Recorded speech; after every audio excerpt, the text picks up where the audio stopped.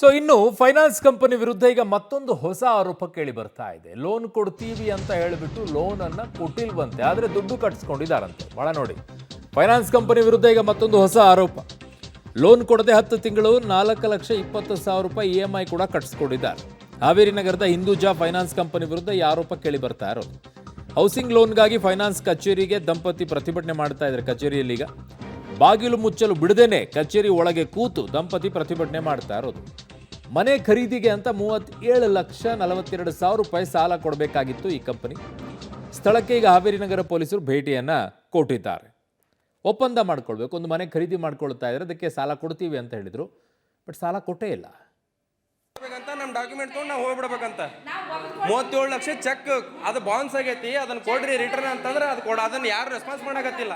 ನನ್ನ ಸಹೋದ್ಯೋಗಿ ಬಕೀರಯ್ಯ ಗಣಚರ್ಯನೊಂದಿಗೆ ಸಂಪರ್ಕಕ್ಕೆ ಸಿಗ್ತಾ ಇದ್ದಾರೆ. ಬಕೀರಯ್ಯ, ಈ ವಿಚಾರದಲ್ಲಿ ಈಗ ಯಾರದ್ದು ತಪ್ಪು ಅಂತ ಹೇಳಿ, ಈ ಫೈನಾನ್ಸ್ನವ್ರು ಕೊಟ್ಟಿರುವಂಥ ಚೆಕ್ ಬೌನ್ಸ್ ಆಗಿತ್ತಾ ಅಥವಾ ಇವರು ತಡವಾಗಿ ಅದನ್ನ ಬ್ಯಾಂಕಿಗೆ ಹಾಕೊಂಡಿದ್ದ, ಏನು ಈ ಕತೆ ಏನು ಅಂತ?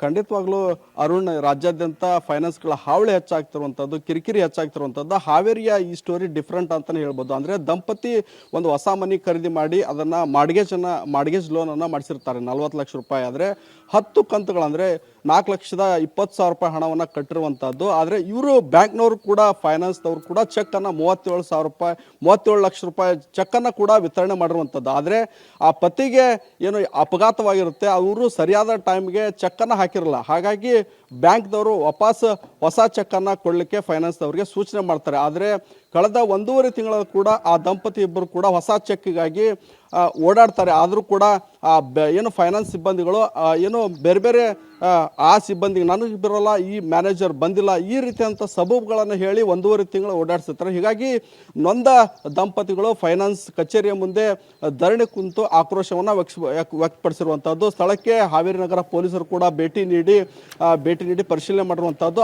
ಈಗಾಗಲೇ ಜಿಲ್ಲಾಧಿಕಾರಿ ಕೂಡ ಅವ್ರ ಮೇಲೆ FIR ದಾಖಲಿಸುವಂತೆ ಕೂಡ ಸೂಚನೆಯನ್ನು ಮಾಡಿರುವಂಥದ್ದು. ಒಟ್ಟಿನಲ್ಲಿ ಪತಿಗೆ ಅಪಘಾತ ಆಗಿರುತ್ತೆ, ಆ ಕಾರಣಕ್ಕಾಗಿ ಸರಿಯಾದ ಟೈಮ್ಗೆ ಅವರು ಚೆಕ್ಕನ್ನು ಹಾಕಿರಲಿಲ್ಲ.